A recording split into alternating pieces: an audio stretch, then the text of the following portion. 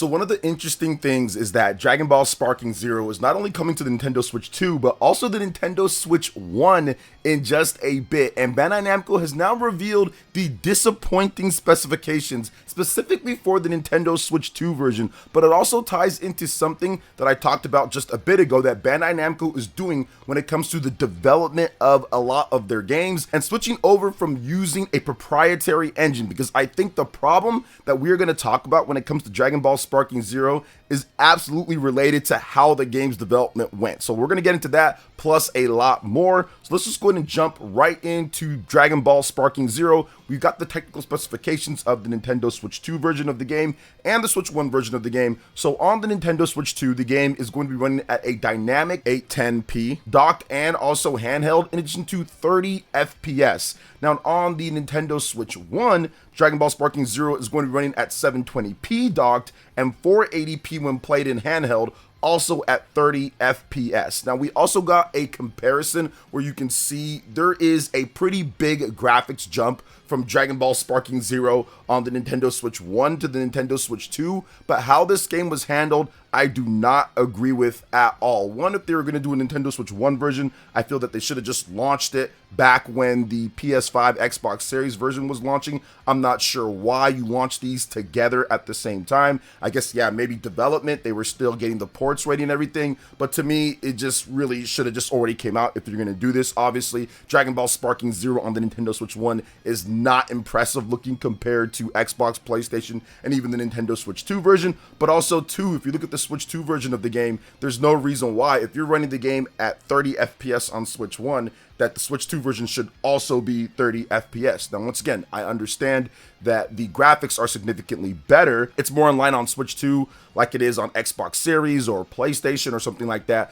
but still 30 FPS for an arena fighting game. I think that they should have handled this one different, to where they kind of make a graphics compromise when it comes to the game or the geometry, somewhere in between where they wanted to go on the Switch 2 and the Switch 1, and then essentially they get that running at 60 FPS. Another problem I think ties back into what we talked about just a bit ago with Bandai Namco wanting to have their own proprietary engine. I think that Unreal Engine 5 is definitely going to have some issues here and there when it comes to Nintendo Switch 2, just like it has on other platforms as well, but it might hit the Nintendo Switch 2 more as a hybrid. And I think that's why you're seeing some of the issues that we're seeing here. 810p and 30 FPS, I don't think that's great, but I also think part of it is, one, development atmosphere in addition to the engine that it's running on. So Bandai Namco is going to be doing a whole new proprietary engine. At least they've been doing that since 2019, where they actually prepping their developers on getting them up to speed on what this engine offers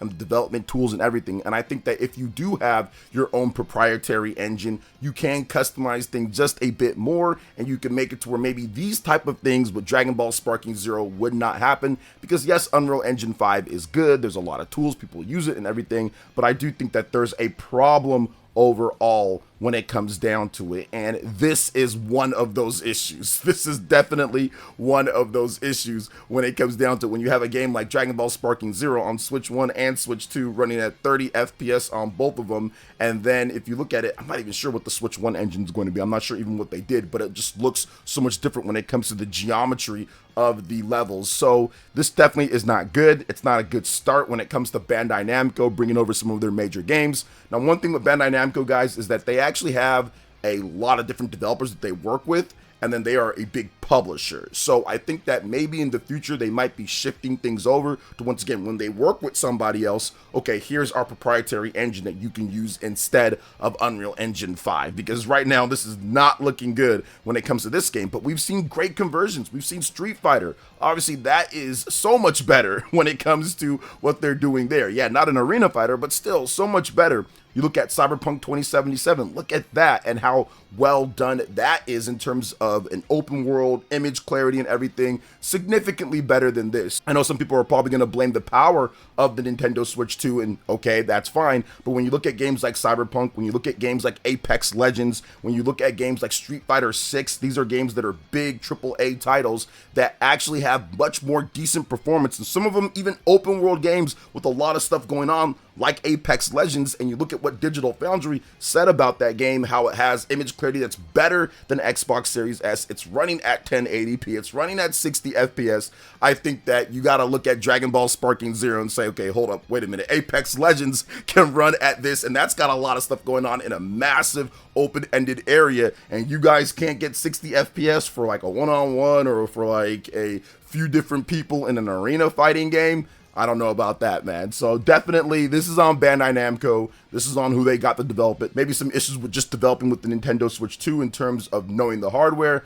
but definitely not a good look. And Bandai Namco has to be better when it comes down to their big AAA games coming over to Nintendo Switch 2 in the future. So what do you guys think about Dragon Ball Sparking Zero's technical specifications on Nintendo Switch 2? Let me know in the comment section below. But before we get into the next topic, please make sure you hit that like button, subscribe if you're someone new, and click that notification bell to get my videos as soon as they drop. So next up, I've got to cover this game, Pac World 2 Re-PAC, because it wasn't really on my radar, but recently Bandai Namco put out a graphics comparison, and it's just something that I had to talk about, because if you look at the graphics originally, I think it was a PlayStation 2 game back in the day, and you look at what they're doing now at this point, it's actually pretty nice in terms of an upgrade. Now, there aren't a lot of higher end or even 3D platformers in today's day. You get a lot of indie stuff here and there, you get stuff from Nintendo, but 3D platformers are not a genre that you just see a lot when it comes to different developers doing them, especially new ones. You see some remakes and remasters, you have Crash Bandicoot, you have Spyro and stuff like that,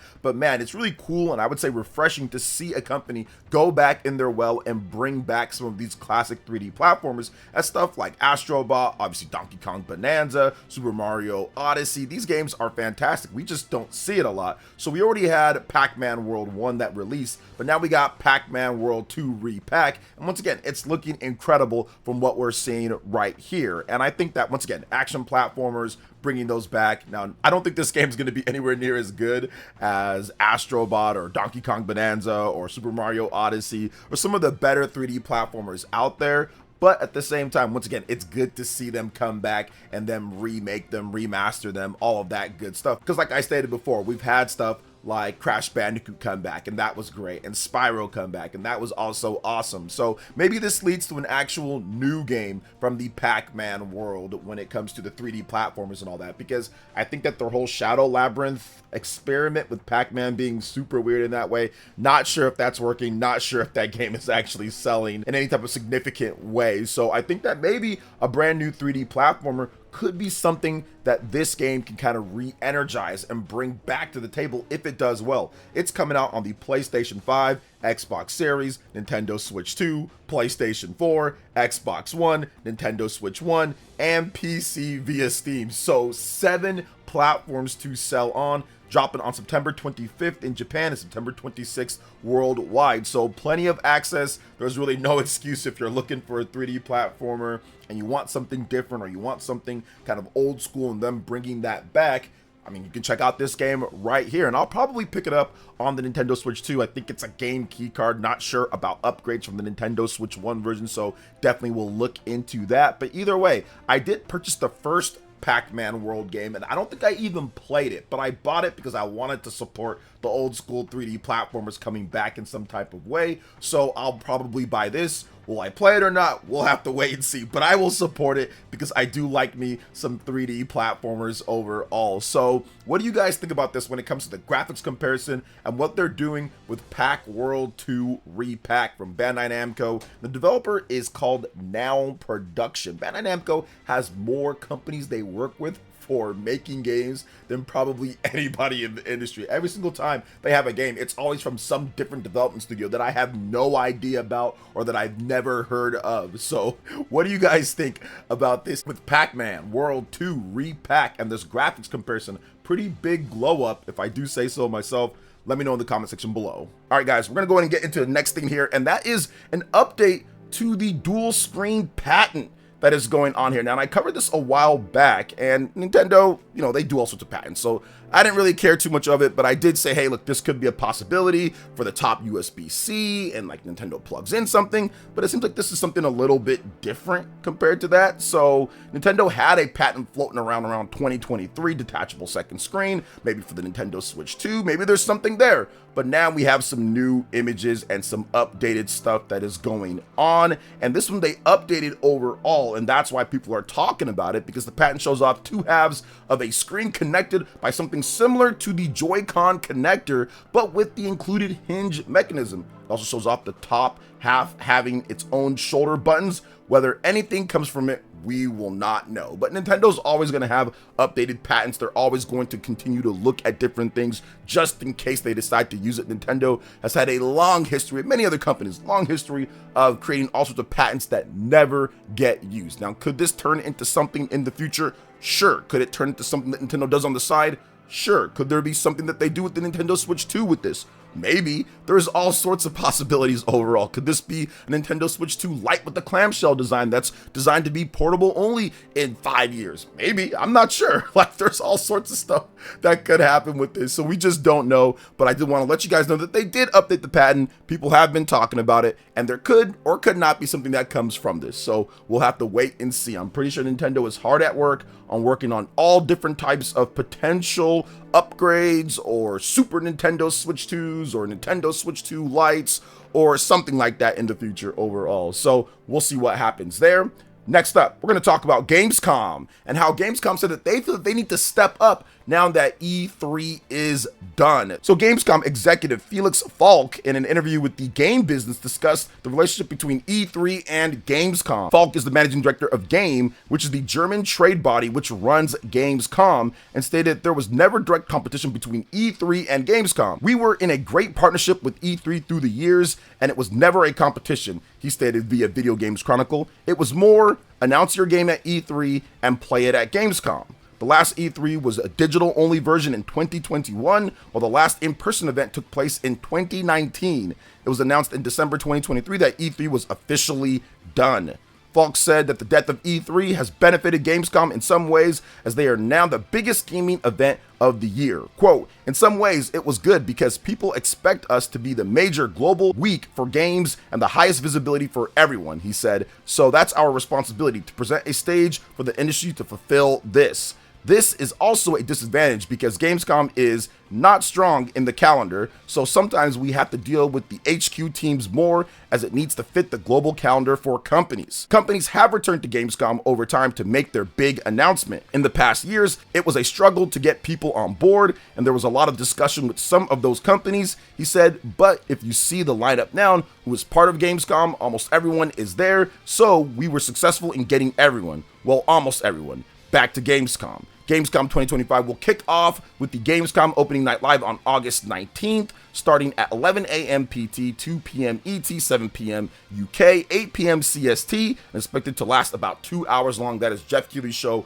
and we will be streaming it because I had a viewer tell me that I always stream the show, and I forgot that I did, and then I went back and checked, and yes, I've been streaming the show since 2019. So apparently I've always thought that Gamescom is worth something streaming, but I don't remember any type of announcements or anything from Gamescom. But anyway, now that E3's gone, obviously we're going to be streaming Gamescom. I will be streaming it. It's going to be maybe good, maybe not. You never know with these Keighley shows.